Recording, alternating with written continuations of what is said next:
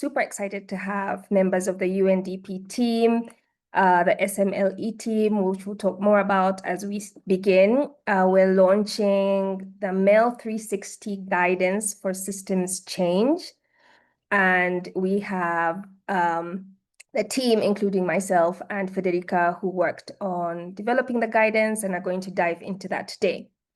So a quick introduction to the MEL Sandbox. UNDP has set up a MEL Sandbox to nurture and learn from new ways of doing monitoring and evaluation that are coherent with the complex nature of the challenges facing the world today. In the Sandbox, we prioritize action and practical insights from the front lines about how to do MEL, rather than abstract theory and general principles, although these are important too. In this connection, we seek to explore how M&E needs to be different when we work on complex problems in uncertain and rapidly changing contexts. We convene a series of participatory sessions as part of the MEL Sandbox, and in each session, we collectively explore a theme in depth, inviting practitioners to speak about their experience testing new ways of doing MEL that helps them navigate complexity. So for today's session, we're going to explore the MEL 360 guidance, which is a practical resource to support the integration of systems thinking into monitoring, evaluation, and learning. MEL 360 is now live as a digital set of MEL tools and guidance for food systems and other complex settings. Federica is going to share a link to the guidance in the chat so you can begin to explore the website as we go through it. I'm also really happy to bring together the team that has developed the Systems MEL guidance, who will share on how the guidance, where the guidance came from, present key concepts from the systems guidance, and examples of application in the field. I will tell you more about the speakers as they take the mic. After they present, we will hear initial reflections and feedback from community members and open up the Q&A. Please remember you are welcome to share any resources that you think are relevant to the discussion in the chat. Feel free to comment in the chat, but do add your questions to the presenters in the Q&A function so that we can find them easily. Fede, are you ready? Feeling ready?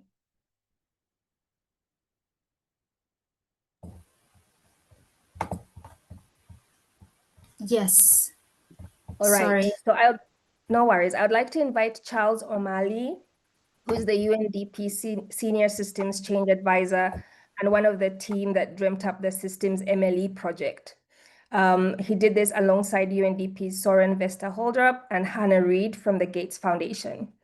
Charlie will give us some background on how this all began and how it led to the creation of the guidance. Welcome, Charlie. Hi, welcome everybody. I can see a lot of people here. This is incredibly rewarding to be here today, particularly because I had to do virtually none of the hard work to make this thing happen. But before we get into the meaty stuff that you'll hear a lot more of about in a minute, I just want to also acknowledge everything that took to get us here. The early process of conceptualization. Now I've been spotlighted, so I can only see myself, which is very awkward. Remove my own spotlight. Yeah. Did I remove the spotlight for the whole group or just for myself? Okay, just for me. Cool. Don't like looking at myself. Just me. So yeah, recognition to Soren. I don't know if Soren's here. Hannah Reed is, I believe, on maternity leave from Gates. But yeah, we cooked this, the origins of this up actually going back probably to about 2020. We had a co-inquiry into how do you do systems change food systems, how do you work within existing conditions, how do you change existing conditions. Hannah and I and Soren were talking in 2022, 23. We kind of cooked up the concept, and I would say we've been through a pretty lengthy double diamond. So I'm going to quickly share the double diamond for those who know it or are less familiar with it. So yeah, starting in May 23, really exploring the whole territory. Hang on.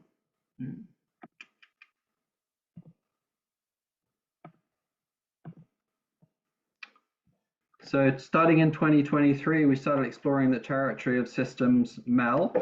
And the more we dived into it, the more massive we discovered it was, the more vast we discovered it was, the incredible advances that had been made in the space over many, many years. And it's kind of exploded. And we tried to figure out, well, what could we usefully contribute to this field?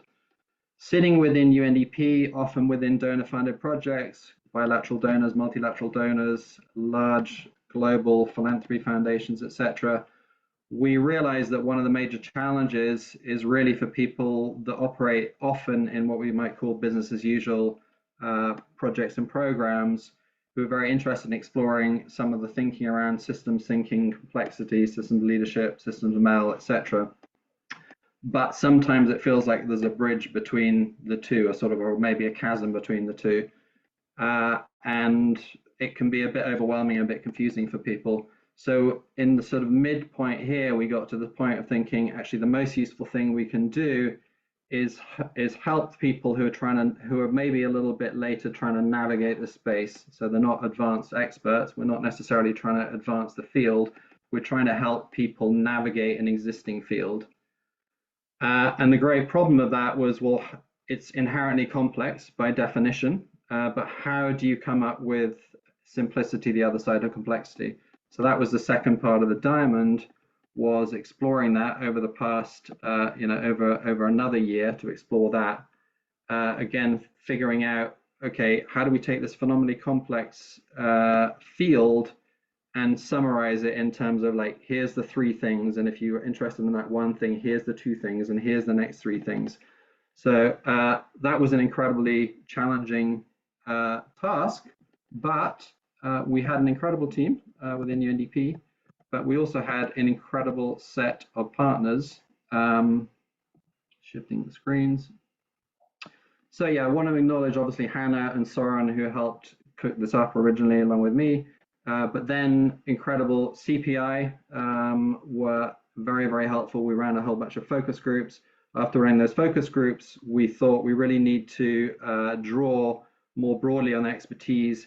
We convened what we called a technical working group, but it was probably the largest technical working group ever, because it had like a I can't remember how many people turned out, 160 people, 160 contributed, 77 organizations, and probably quite a lot of you are represented here today. Phenomenally productive processes. We had several of those. We had a lot of breakout groups. So we discovered the incredible effectiveness of breakout groups when you have, say, in sometimes 30, 40, 50 people for a couple of hours, but you break them into groups of 5 or 6, and then every group of 5 or 6 is maybe just in a conversation for an hour. They've got their own Miro board, you're recording it, you're getting transcripts. You end up with hours and hours worth of expert input. So that really informed us through the process. And then it got us to the point last year where we thought, okay, we'll now crack this in the next, 6 months. Turned out it didn't take 6 months. So Zazie was an incredible addition to the team somewhere about it, I don't know, a year or so in, and then you run. And then Andrea Estrella was also an incredibly valuable contributor or leader of the thinking in the latter part. And between Zazie and Andrea, they really helped to bring it together, also recognizing all my other multiple colleagues who contributed to that. So with that point, segue over to Zazie. Thanks, Charles. And hello, everyone. Great to be here presenting instead of co-hosting with the lovely Sue. So this was really a cast of hundreds, as you can see, that took part and informed the development of the guidance. And my colleague Andrea Estrella and I are now going to tell you a bit more about the guidance and where we got to.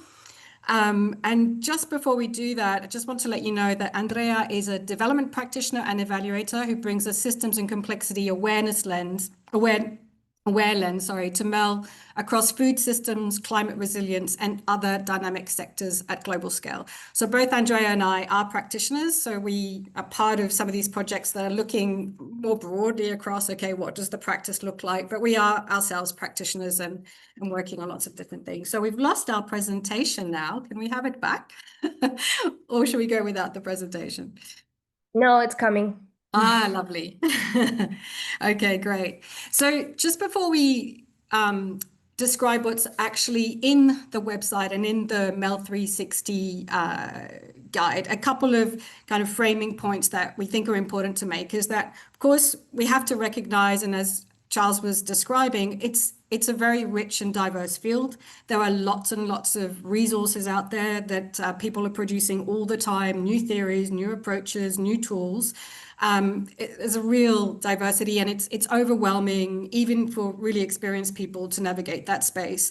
And when we really landed on this point that Charles was also making earlier, that what we wanted to do, our intention by developing a guidance, was to help people that are in the business as usual space. So what I tend to refer as the programmatic space, some people call the dominant paradigm, or results-based management might be a term you use. So helping people, practitioners that are in that space, start to adopt systems MEL, because we think there's real value, particularly in the complex polycrisis kind of world that we live in bringing a systems and complexity lens to the work that we're doing. And MEL is a very good way of doing that. And so the intention of this guidance is to really draw on all that richness, but create something that is accessible and easily usable, practical straight away for people that are coming from a very different paradigm often, or at least are stuck in systems and processes that are from a different paradigm and not that well suited to systems MEL.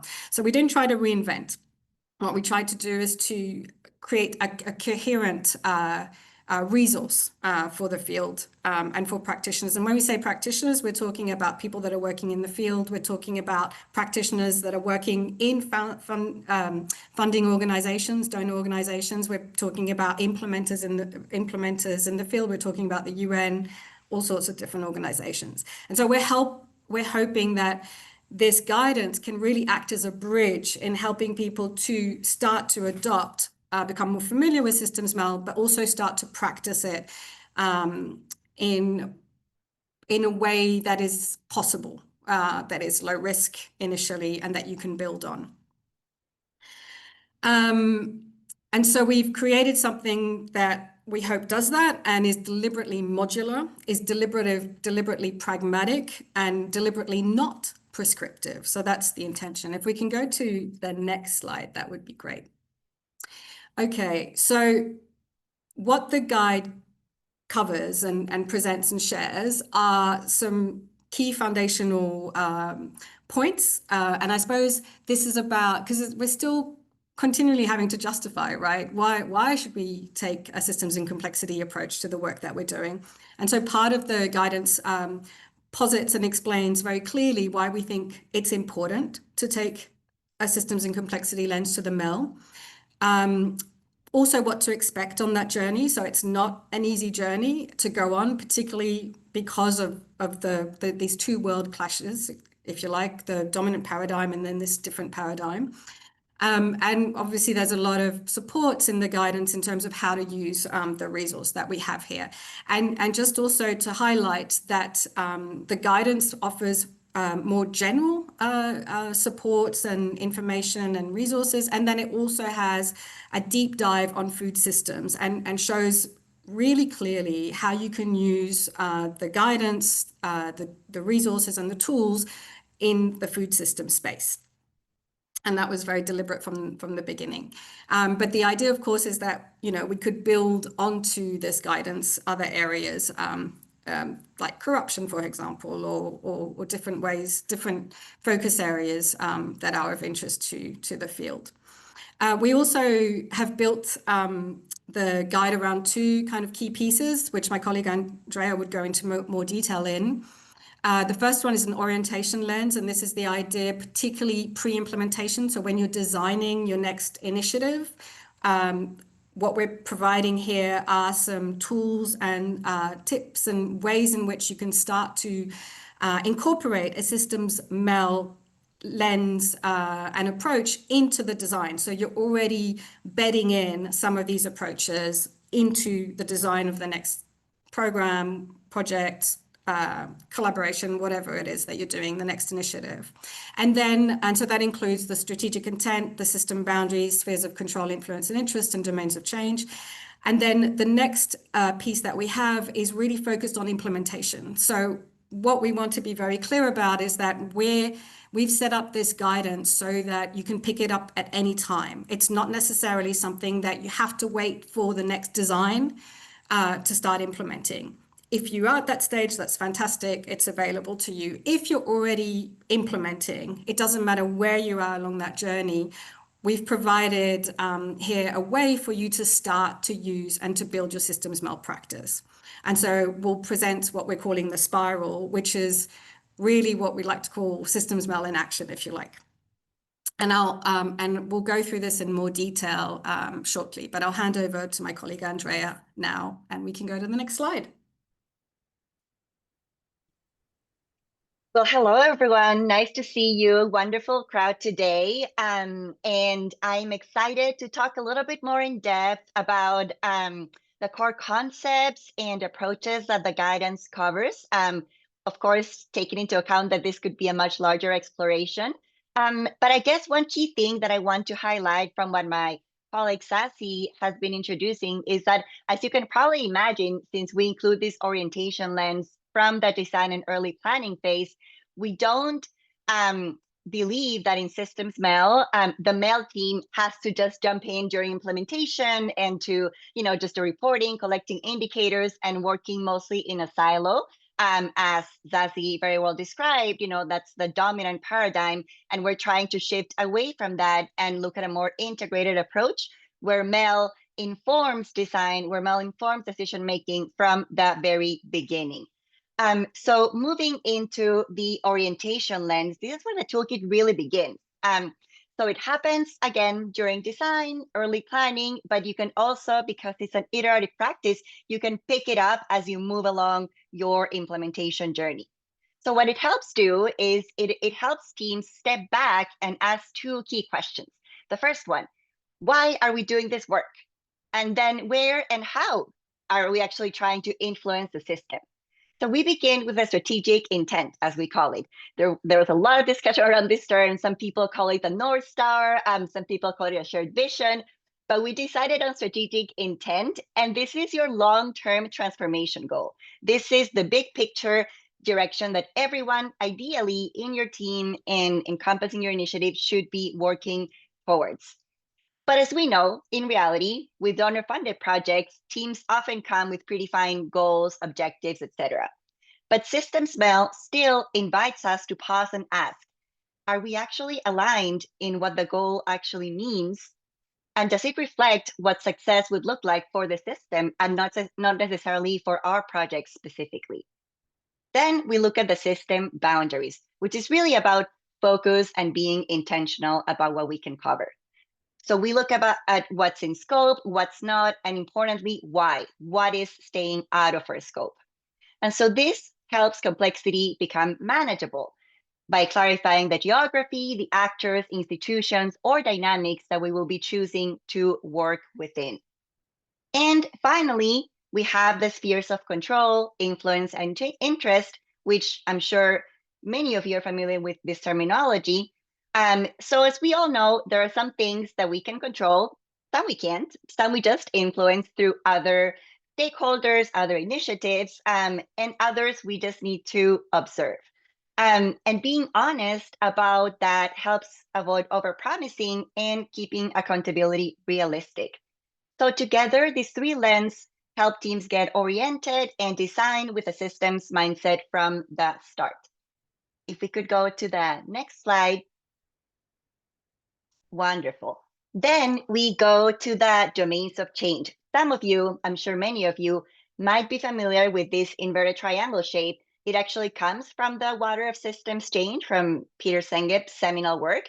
We took this framework and adapted it to become more usable for this specific context. And just to highlight that what we've put together in this guidance is a framework you can use, but we are grounded in theory. So again, as Charlie said, we're not reinventing the wheel. We're not advancing the practice in that sense.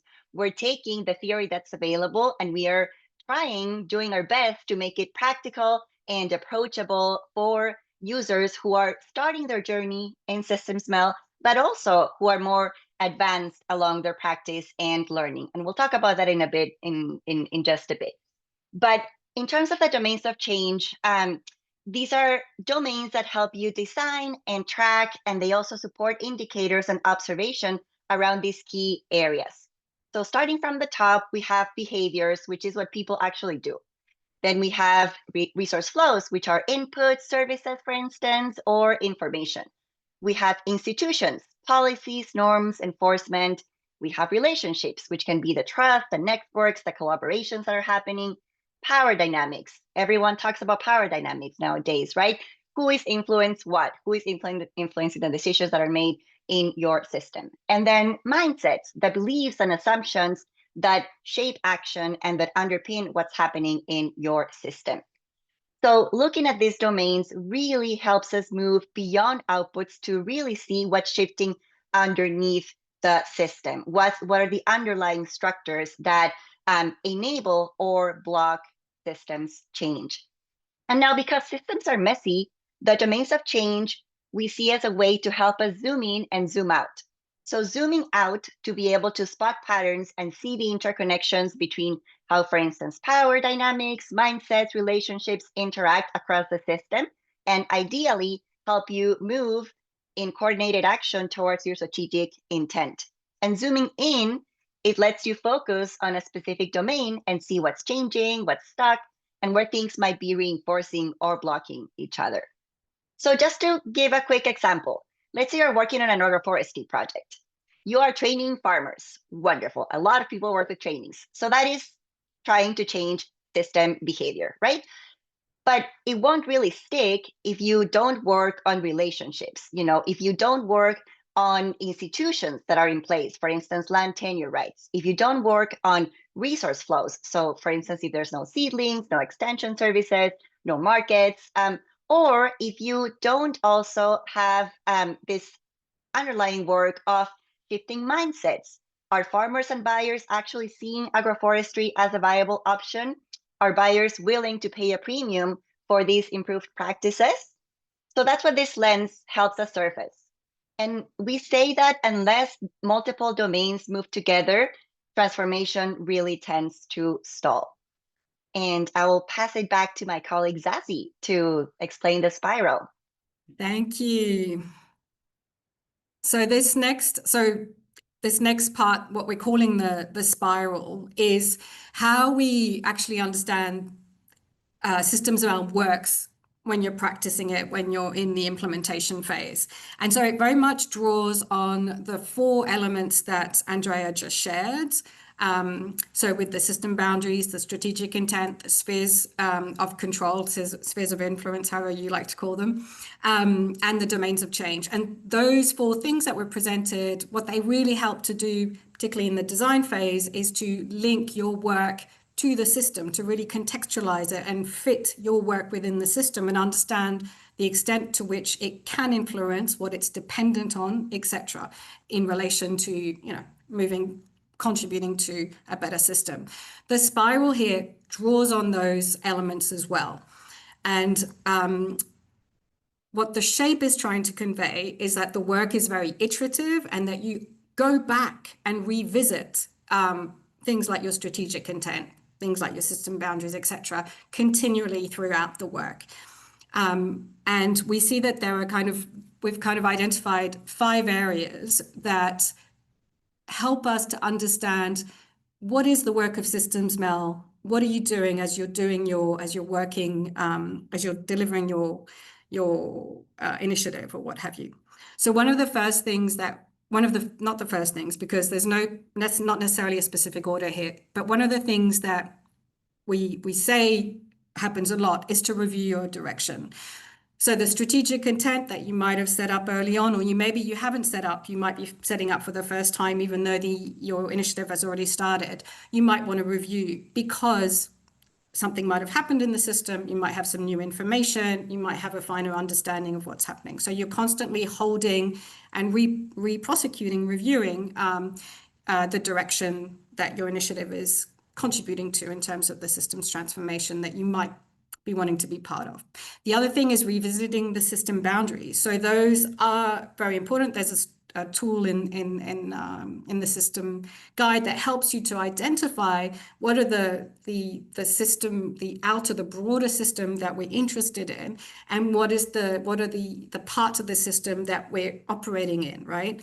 And those two things, and that we care about, that is closest to our work. So again, that's a tool that you might want to revisit throughout the implementation of your initiative.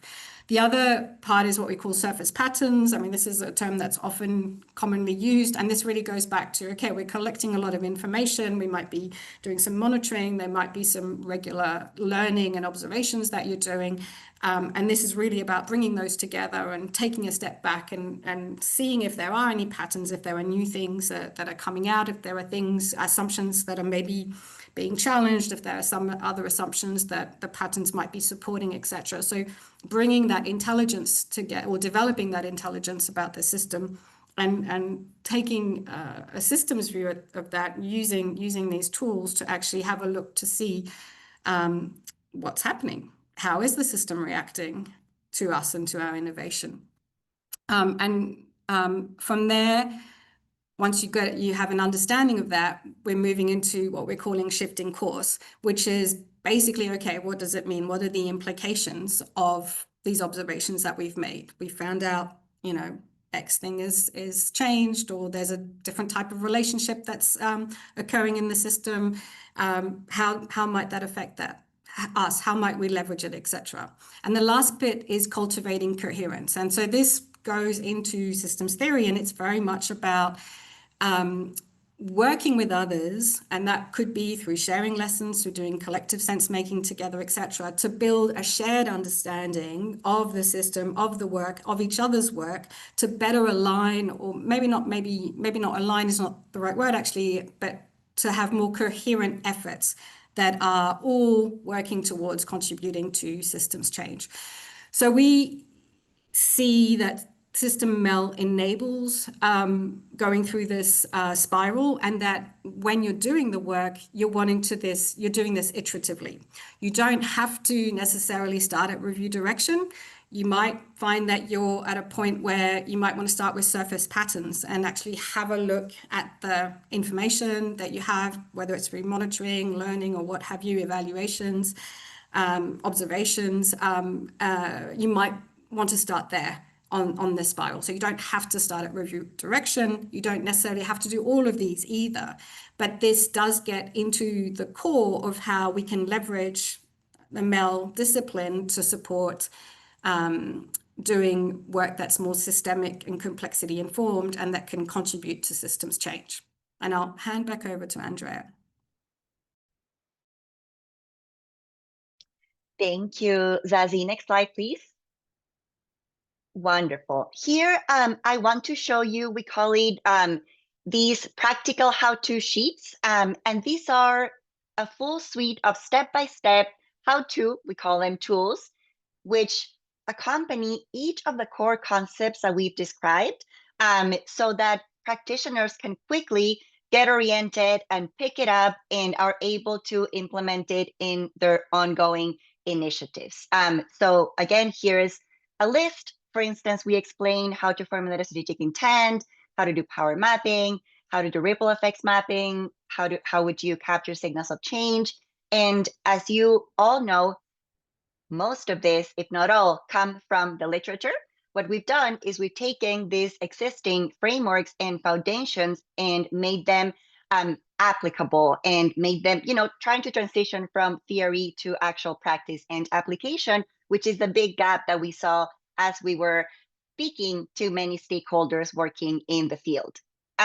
Then we also have, and you will see on the website, a resource section. So in this resource section, we include these custom-made tools, but we also include external systems MEL tools, for instance, and approaches like how to do outcome harvesting, outcome mapping, indicator dashboards, etc. So a whole suite of resources that we've been gathering and collecting during this whole initiative, and that has informed our MEL 360 guidance. So you will be able to access that. It's actually looking very neat. You can filter by entry point. So please play around with that.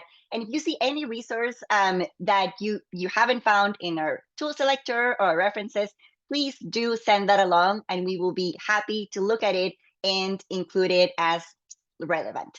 And then we also have a key glossary of some terms, terminology, to harmonize the concepts that we're using across the systems MEL guidance. And we will also be adding links to facilitation instructions that will be accompanying these how-to sheets, so that if you're working with online teams, for instance, you will be able to take our facilitation tools and, of course, adapt them to your specific practice, and hopefully run with them.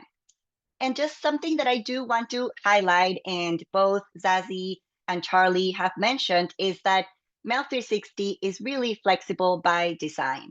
We designed it to be modular, and for users to begin using it, for instance, it could be defining system boundaries, or you could just jump into surfacing patterns, and that's perfectly fine. This tool is designed to accompany you in your learning journey.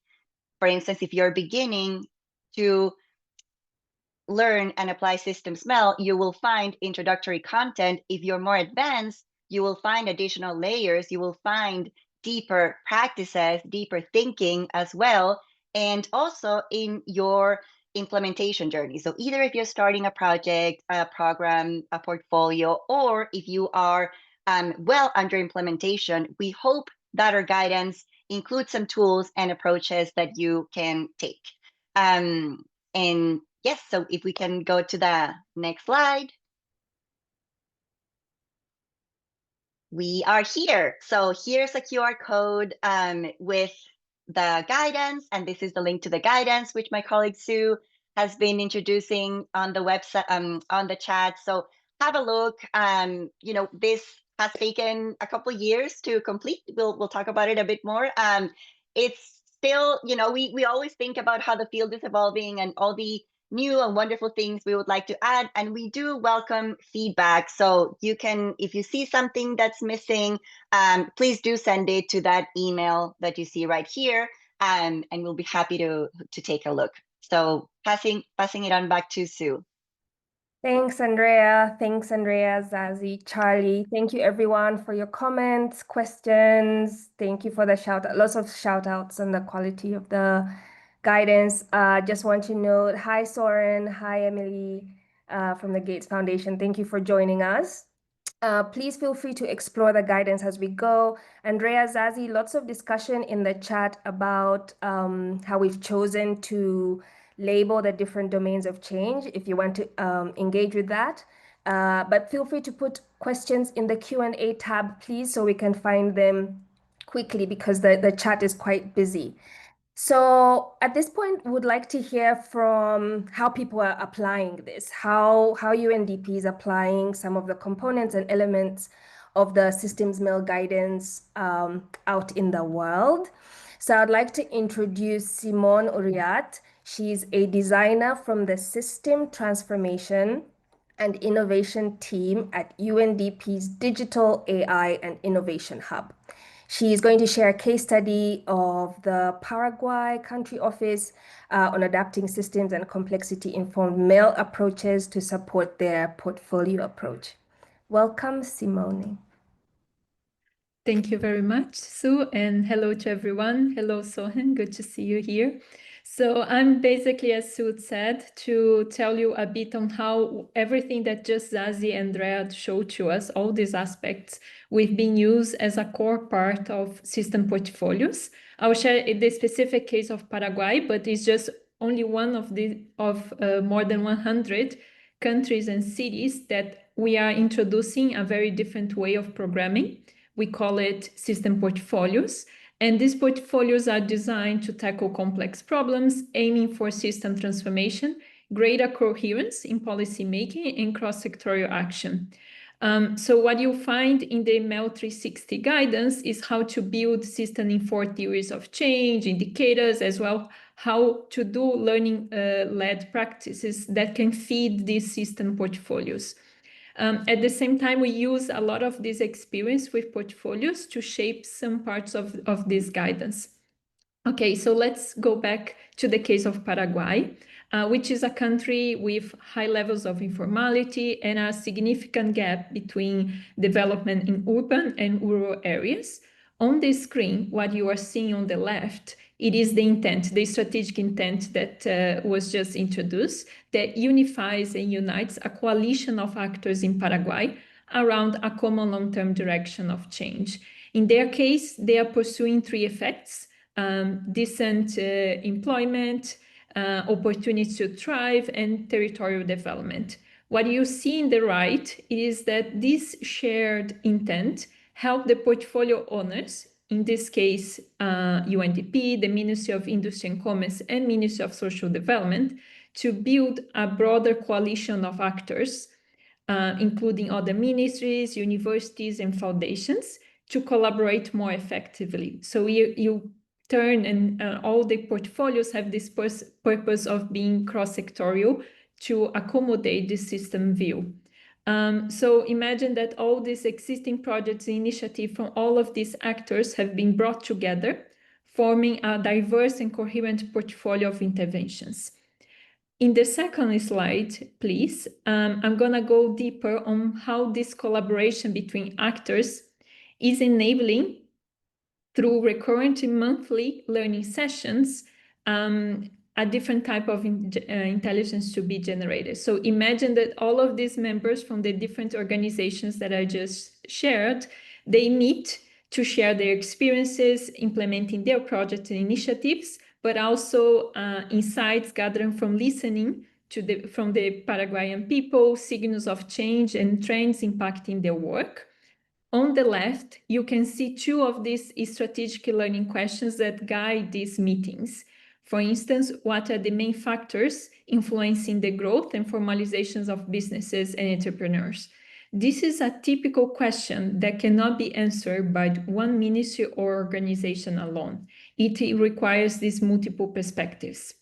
And moreover, the answers to such questions are very dynamic. The factors influencing growth and formalization today will likely change in 6 months, in 1 month, and so on. So on the right, you can see a synthesis of these learning sessions. For example, the team discovered that business inspections could serve a different role. This insight emerged from listening and hearing from small business owners, and they identified an opportunity to transform inspections into a way to build relationships with people, leading to a series of actions following up. Because of time constraints, I can only share one of these learning sessions briefs, but imagine that this is happening every month, right? So MEL, it is at the core of this work and not something done for compliance. So these learning sessions are not just a checkbox, but actually they feed the entire work, and they represent a crucial part to enable system portfolios to generate new ideas and foster coherent actions. And just to finalize, this is not easy to implement. However, as you can see, in Paraguay, it is possible and is already happening. So all the principles and guidance that you can find at MEL 360 are also being used for placing MEL at the core of system portfolios at UNDP. I'll leave it here, and I welcome any questions through the Q&A. Back to you guys. So please keep the questions coming through in the chat. A lot of great questions, a lot of great conversation as well, because by no means do we claim to be the only experts on this, because I can see there's a whole ton of you here in this at this event. So please share all your perspectives and opinions. And in a second, I'm going to hand over to James Leslie, who, in terms of background, spent 20 years, I think it was 20 years, working in our Kenya country office, and has huge experience of the practicalities of donor-funded, multi-funded institutions, and the practicalities of attempting to work collaboratively, systemically, integrated factor, and then the limits, constraints, both in terms of how projects are funded, and also in terms of the dynamics with government relationships, et cetera. So a huge experience of the challenges of doing that. Joined our global team last year, and has been the global project manager within the UNDP Food Systems team. So delighted to hand over to James.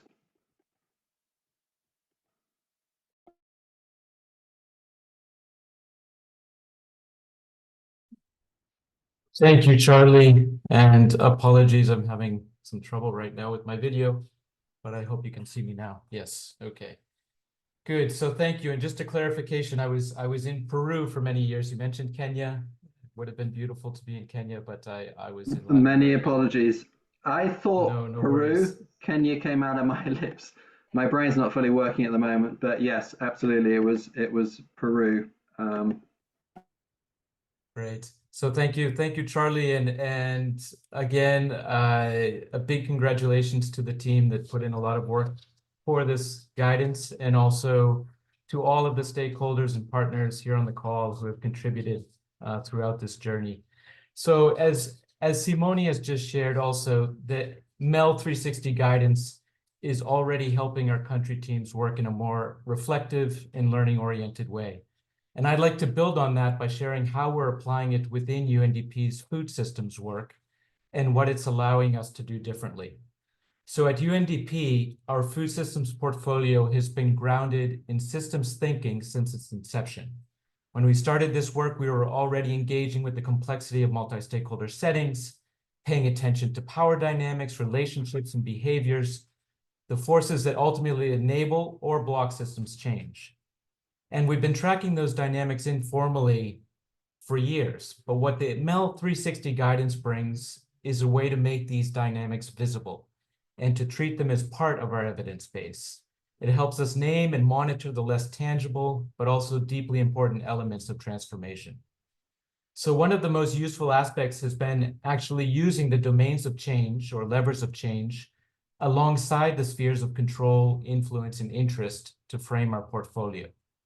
It's not just a conceptual exercise. These frameworks have given our teams and partners a shared map of where and how we can transform or influence at least the system, and what lies beyond our direct control but still matters for transformation. And that framing makes it easier for us to communicate progress to donors, to prioritize, and to reflect on where learning is needed most. We're also seeing strong interest from our partners in our ongoing dialogues. For example, with the Global Environment Facility, we identified an opportunity to integrate Systems MEL into large multi-country initiatives. Specifically, we are integrating Systems MEL into the new Blue and Green Islands Integrated Program, which spans 15 small island developing states across 3 different continents. And from the very beginning, we are applying a Systems MEL lens across sectors, stakeholders, and scales to design, learn, and adapt as we go. So this marks an important shift, bringing Systems MEL in from the start, not as an add-on, but as a central design and learning mechanism within a complex initiative. One of the deeper shifts we're seeing is also cultural. Traditionally, MEL could feel a bit extractive, focused on data collection for accountability rather than for learning. But with MEL 360, we're turning MEL into a learning engine. And we've intentionally built feedback loops into this process. So collecting signals of change, feeding them back to teams and stakeholders, and creating dedicated reflection spaces at multiple levels within our core team, with implementing partners, and with donors. That way, evidence doesn't just sit in reports, but it actually informs implementation. So in short, in closing, Systems MEL isn't new for us, it's an evolution. And the MEL 360 guidance has given us a structure and shared language to deepen that systems practice, making it more intentional and making learning really part of how transformation happens. Back to you, Charlie. Thank you, James. So we're just fielding questions from the chat. There was a question around, hang on one second. Yeah, so how is UNDP currently planning to support practitioners to begin working with the concepts in the guidance in their day-to-day work? That's a question for you, James. Sure, I'm happy to take that question. Thank you. So, first of all, we know that applying systems MEL in practice takes time, and that people need space to translate these concepts and the guidance into their day-to-day work. So our approach to supporting practitioners is happening actually at 3 levels. Firstly, we're starting with ourselves. So within the UNDP Food Systems team, we've begun already training our staff on the MEL 360 concepts. And we're also integrating systems MEL into our existing portfolio, as I mentioned earlier, so that practice becomes part of how we design, reflect, and make decisions. And that's helping our team to internalize the mindset of learning, adaptation, and systems awareness. Secondly, we want to make the MEL 360 guidance accessible and usable for practitioners more broadly. So throughout November, we actually will be offering a series of open access modular training. There will be 4 sessions designed to help practitioners engage with the MEL 360 guidance in a practical way. And these sessions will go deeper into the concepts, walk through the tools, and include demonstrations and examples of how systems MEL can be applied in real work contexts.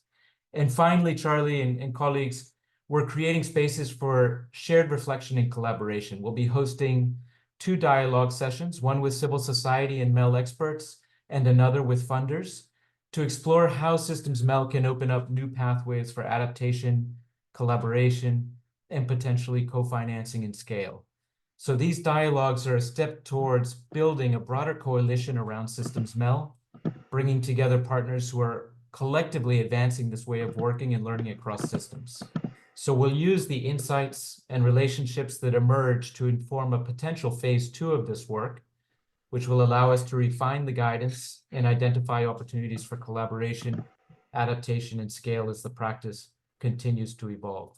So in short, building internal capacity, creating hands-on learning opportunities for the broader field of practitioners, and finally, fostering partnerships for scale. Back to you, Charlie. Thanks. Also going to ask Xoan to jump in on this one. Are you there? Yeah, thank you, Charlie. Let me introduce briefly myself. My name is Xoan. I work on UNDP. I'm colleague of Simone, also on the Systems Transformation and Innovation team, right? Complementarily to what James just mentioned, also to mention that on our work on system portfolios has been very informed also by all the learnings that we have acquired thanks to the development of the MEL 360, right? So we are already working with more than 100 country offices and how to have systemic approach on the work that UNDP has through the system portfolios.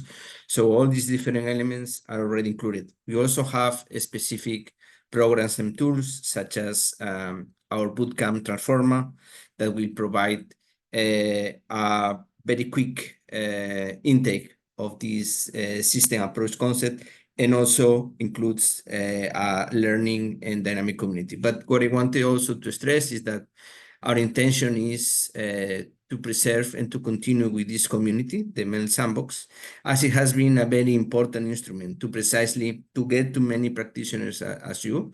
And we are looking for ways on how to continue providing you with materials, but most importantly, how can you interact with the different elements that are part of this community that integrates donors, UNDP officers, and other colleagues, to create and to keep creating tools that are practical and that can be used all over the world, right? So that could be my response. One, through the work of UNDP on systems portfolio that is at the core of the new strategic plan.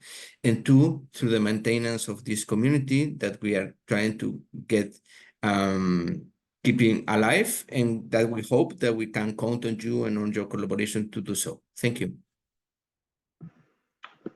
So Sue, quick time check on you in terms of space for ongoing conversation. Yes, we're good. We still have another slightly more than half an hour. So I'd like to open it up to colleagues now shortly. Charlie, if you want to wrap up this piece. Thanks. Okay, great. Yeah, I'm wondering about, I mean, I wanted to make a generic point, and maybe now is a reasonable time to make it, which is that this was always intended to contribute to field building. There is a field, it's a pretty advanced field. And if you, as others have said, including me and Zazie, this was really about helping people navigate the space. We don't claim to have the definitive answer, solution, any of it. And we always wanted to, well, we were helped hugely by huge contributions from many of you that are here and many others. And our aspiration going forward is to be part of that field, to be part of a broader coalition. At the very least, treat everything you find on the website as it's public information, it's Creative Commons, use whatever you want, take whatever you want, copy whatever you want, adapt whatever you want, because that helps build the field. It's not proprietary, it's public good. But also very keen to figure out where do we go next with this to make sense together in terms of what are the opportunities, how do we collaborate, etc., etc. So very keen to have all of those conversations. So handing back to you then, Sue. Yes, thank you, Charlie. Thanks, James. Thanks, Simone. Really appreciate it. So I'd like to open up to a couple of colleagues who were part of reviewing the guidance. And I would also just like to wave a small flag. Soren, I'd like to bring you in after Grace and Alan have spoken, just to get your reflections, thoughts on your brainchild. Okay, so we're going to open the Q&A after these next few comments. So please keep your questions coming. And I'd like to ask the speakers if you can respond to some of the questions in the Q&A so we can get through as many as possible. That would be really helpful. So Grace Lynn Higdon is a co-founder of Revolution Impact, a firm that provides strategic advice to funders and investors navigating the complex terrain between good intentions and meaningful impact. Grace, where do you see the guidance being positioned in the field? Yeah, thanks, Sue. And a big congratulations to the team for developing the guidance, and thank you to UNDP for championing this work. I think the collaborative process that produced it really shows in the quality of what we're hearing today. One of my favorite sections in this guidance is a diagram that depicts a wave, one that you have to ride when, as the section is titled, Practicing Systems MEL in Organizations. The wave in the diagram starts with a phrase, setbacks may occur. I'd argue that setbacks will occur. The release of the handbook is situated, as we all know, against the backdrop of an unprecedented funding crisis, organizational belt tightening across our entire sector. The handbook, especially being released by a recognized innovator like UNDP, really lends legitimacy to systems MEL and to overarching learning practice, even when resources are scarce. And so, as we know, and I think the handbook really champions, systems practice is actually bigger than just the MEL team. All teams can do this work, and the handbook is helping it become accessible to all teams. I love that it doesn't throw the baby out with the bathwater. It keeps recognizable terms and concepts that allow familiar touch points, which give people something to latch onto, especially those folks who are uninitiated or even might still be outright skeptical. I also love that it allows us to dip in and out. The bite-sized how-to tools are brilliant. The way that the handbook's been designed really will help us practice the spiral of systems MEL without spiraling out by becoming too dogmatic or wrapped up in jargon. I also really appreciated a section on navigating the practical challenges of adopting systems MEL, which highlights 4 core paradoxes. Those core paradoxes are very honest, and I do think in naming those paradoxes at the outset of any learning practice, we can have a more open and honest conversation about trade-offs and the decisions that we have to make off the back of those trade-offs, including in times of real tension and difficulty, such as what the sector is facing now. One thing I would like to request from all of us is to resist the temptation that we must pick a side.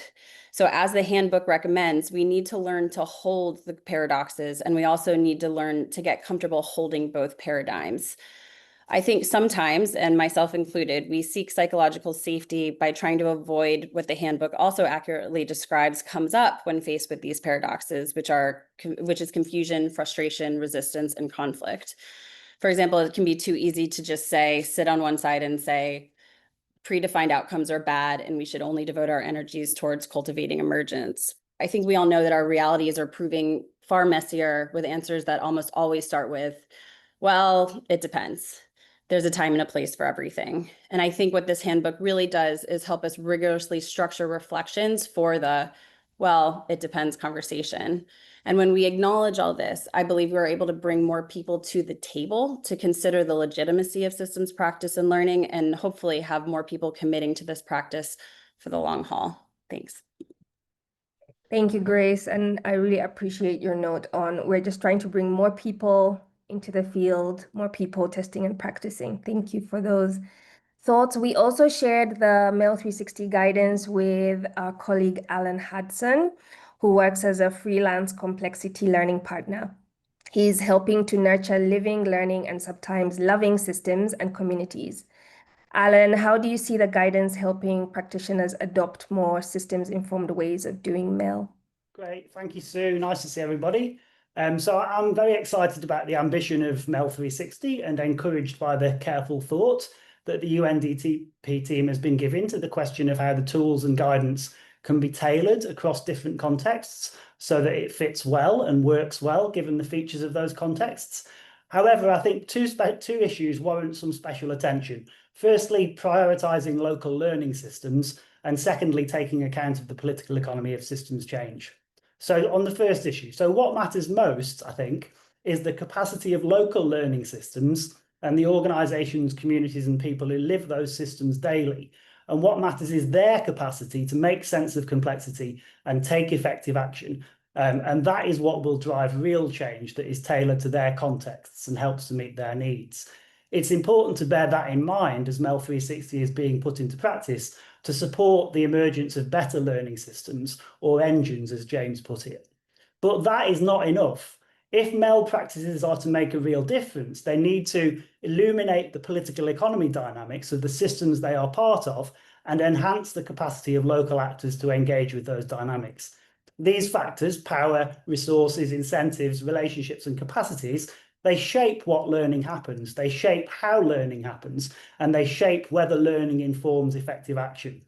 It's great that the domains of change include power, resources, and relationships, amongst other things, but as Emily Gates and colleagues noted in an excellent recent paper, systems change evaluations often fail to take account of these essential issues. And when that happens, systems change initiatives can fail to engage effectively with distributions of power and flows of resources, leaving the dynamics of social systems fundamentally unchanged. So I'm glad to be part of the Sandbox, a community that can bridge global ambitions with local realities, prioritise local learning systems, and support engagement with the political economy of systems change. And I'm very much looking forward to ongoing, rich, collaborative learning and increasingly effective action. And congratulations to everybody who was involved. Thank you. Thank you, Alan. Thank you, everyone. And the MEL 360 guidance was made possible with generous support from the Gates Foundation. So they have been steady partners with us in developing, iterating, thinking through the framing of the guidance and the framing of the field. So just wanted to make a note there. I'd like to invite Xoan, if he's still on the call, to share any reflections. Hi, Xoan. Hi. Hi, Susan, and hi, everyone. It's so good to see you all. And thank you for arranging this call and working on this guide. It's really great to see it out in the world. I'm very impressed with where the team has taken this and how collaboratively you've done so. It's not been done in a silo, just in a closed room. It's really been quite a collaborative process, allowing a lot of different people to shape it. And I think, as with all guidance pieces and so on, you have to sort of make some trade-offs about what to focus on, how deep to go in, what to not look at. And I think we've done really well here. I like the balance, for instance, between depth and accessibility. And of course, the focus on learning and adaptation, which I think is more important than ever in today's world with so much uncertainty and rapid change. Being able to work in ways that help us quickly learn and adapt based on that learning is crucial. And I also just want to acknowledge how dynamic this Sandbox Systems MEL community is, just looking at how alive the chat is, for instance. And it's really wild to see how much so many people are pushing the boundaries on how to do monitoring and evaluation when you work on complex systems challenges. So I don't want to go into further details on the guide. I'm still browsing through it, and I'm really impressed and excited. So really well done, and keep up the good work. Thank you, Xoan, and very nice to see you. All right. That's been a lot of talking at our audience. There's lots of questions in the chat, so we're going to get started. Fede, do you want to line up our Q&A posse so I can get some questions going to them? Yeah, sure. Zazie, Andrea, Xoan, James, Simone, Charlie. Okay, the first set of questions that haven't been answered are for Zazie and Andrea, so I'll let you pick which ones you want to take. But we had a question from Vanessa. How does this approach manage that we as evaluators are part of the system and the effects we have on others while evaluating? This is echoing some of Emily Gates' work. There are behaviors, resource flows, institutions, relationships, power dynamics, and mindsets within the evaluation field, grantees, funder, evaluator, communities, etc.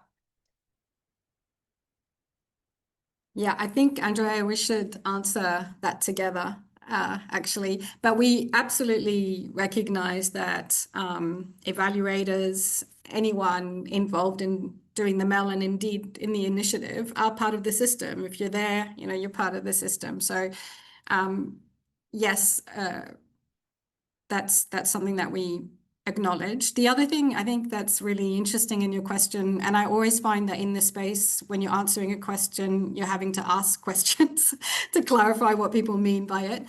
But the guidance is really developed as as a tool for internal teams, right? This is not a support for evaluators that are coming in and doing evaluations. This is very much for the people that are doing the work.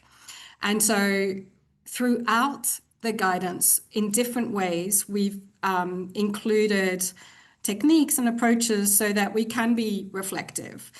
And I'll just say a couple of things, but Andrea, you might want to add as well. But so there are 3 principles, one of which is learning-led, and that's very much about learning about the system, but it's also about learning about the initiative and about ourselves and the work that we're doing and our place within that system. And then we also have a number of tools that get into the power dynamics and really ask for reflection and understanding and scrutiny on these. So power dynamics are everywhere. That's not the problem. The problem is when we don't recognize that they're there and we don't understand what they are so that we can work with them. So there are a number of ways in which we address this, but I would say maybe we haven't done a pull-out point where we say this exactly. But Andrea, you might like to add to that. No, thank you, Zazie. You captured a lot of it. I do want to reiterate, as Zazie mentioned, that our guidance is made precisely for internal team reflection. However, we do have a link to evaluation and different types of evaluation. That can be a systems evaluation, a contribution evaluation, contribution analysis, a developmental evaluation that might be appropriate if you're working with a systems approach or trying to evaluate a system or your own contributions. The way we discussed about it when we were conceptualizing the guidance, because we were trying to match, what we do at the internal MEL level and how that feeds into evaluations. And as Zazie said, we do see that the reflection and learning that is coming out from us implementing these tools and approaches feeds into the evaluation loop, right? And reinforce each other in turn. I do want to jump in to answer something that I've seen in the chat, because I've seen so many questions and comments and just observations around our choice of domains of change. And trust me, this happens every time we present the domains of change. They're always contested. Just to say, this is the framework that we chose. What I showed actually is a summary. In practice, we do call it behaviors and practices. It is institutions and rules. And we have longer descriptions and definitions of each on the website. So please do have a look at that. But also, we, as Charlie has said many times, we do not think that we are the all be all and that we hold all of the knowledge of systems MEL. There are other approaches, there are other frameworks that you can absolutely use and adapt in your own work, and there are wonderful things out there. And for instance, when we talk to the GEF, to the Global Environmental Facility, they talk about transformation levers, and we say, perfect, let's work with that, right? How do we take that? And perhaps our domains of change can help frame your transformation levers, right? And that's totally fine.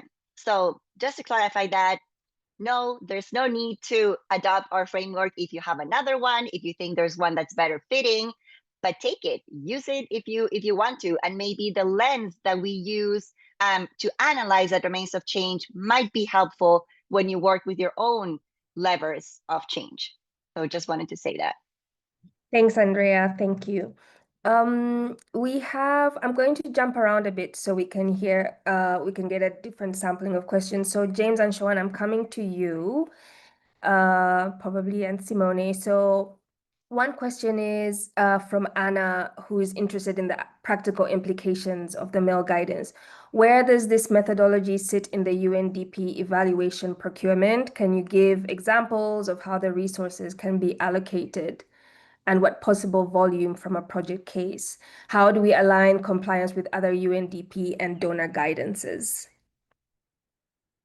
So perhaps I can start. Thank you, Sue, and Xoan, you please jump in. So as I think we've spoken to during this event, this conversation, systems MEL should not be seen as something separate or necessarily in contradiction to our traditional compliance MEL that we are oftentimes accustomed to applying.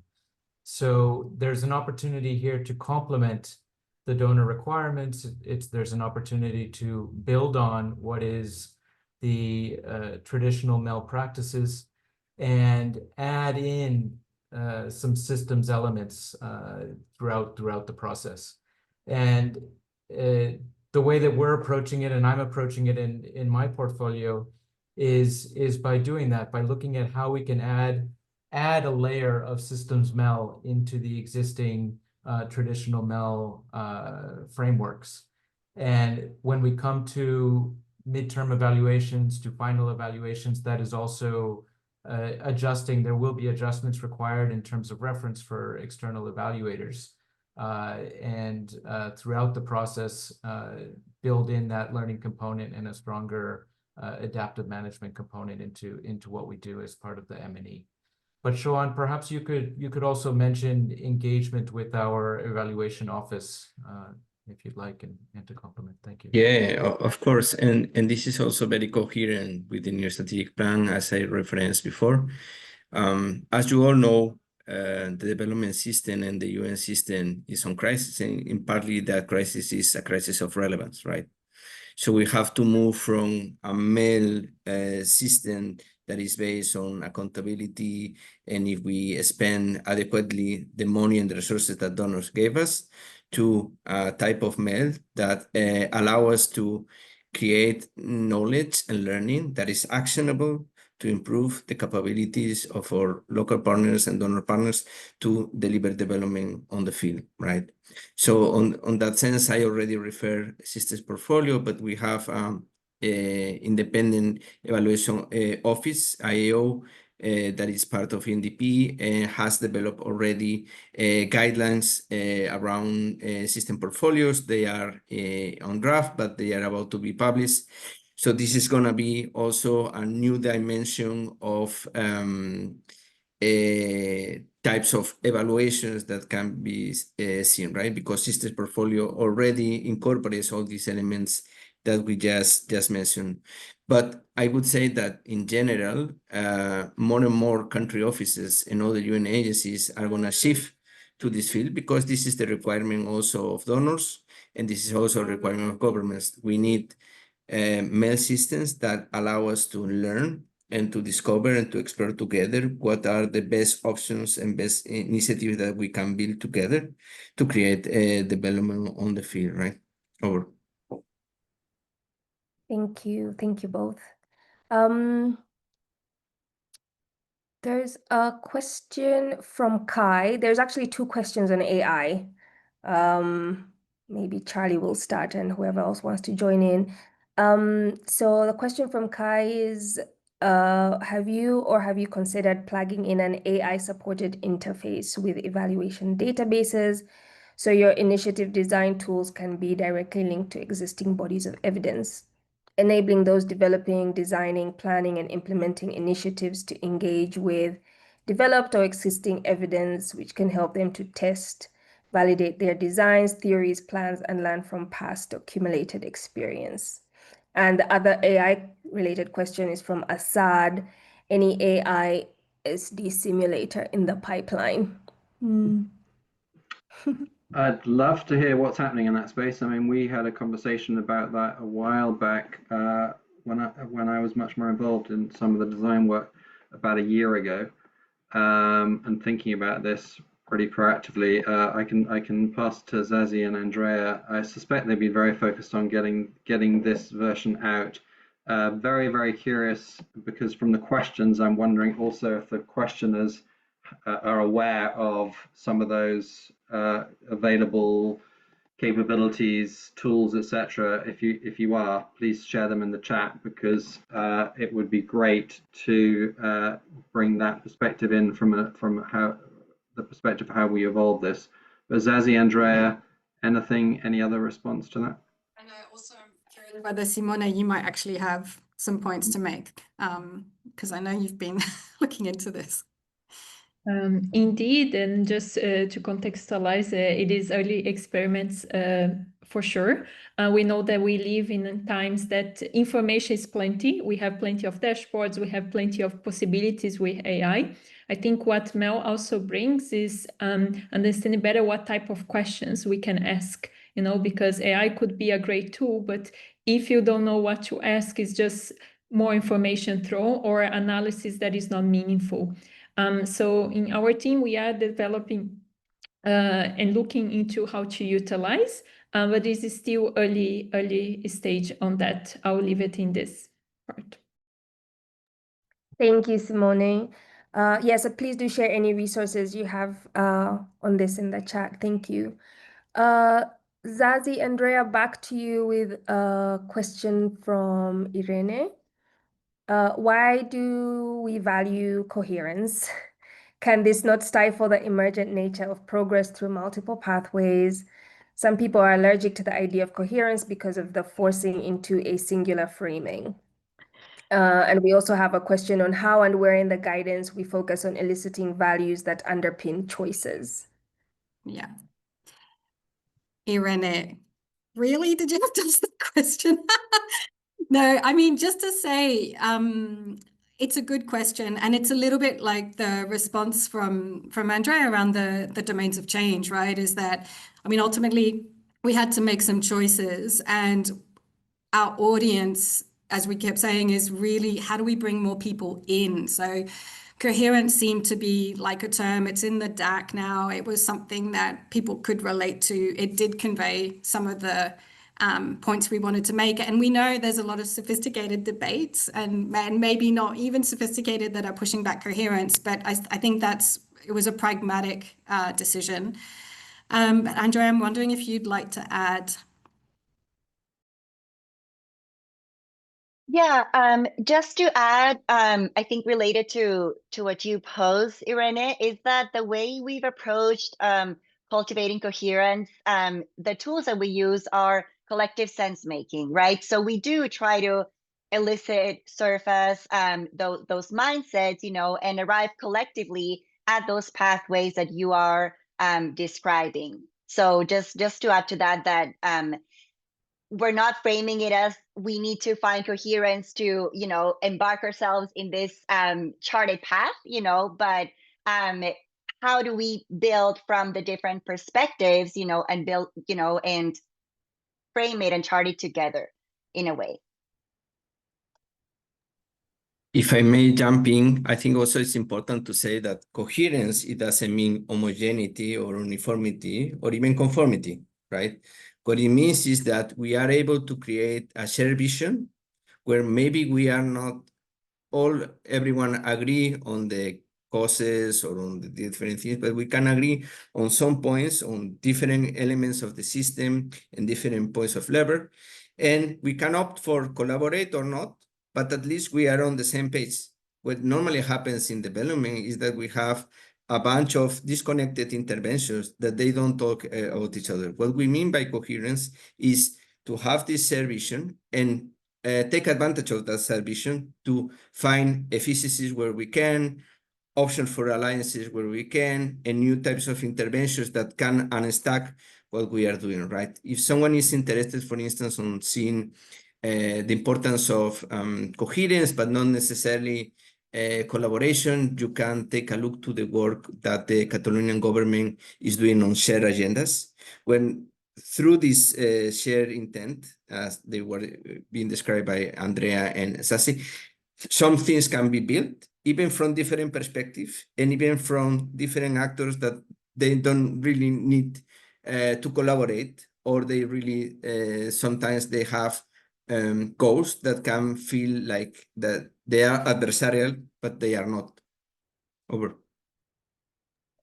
Thank you. Thank you, everyone. Okay, colleagues, this is the first time we've gone over our allocated time in the sandbox. So I'm going to close the question round now. All the pending questions will be answered in the follow-up blog.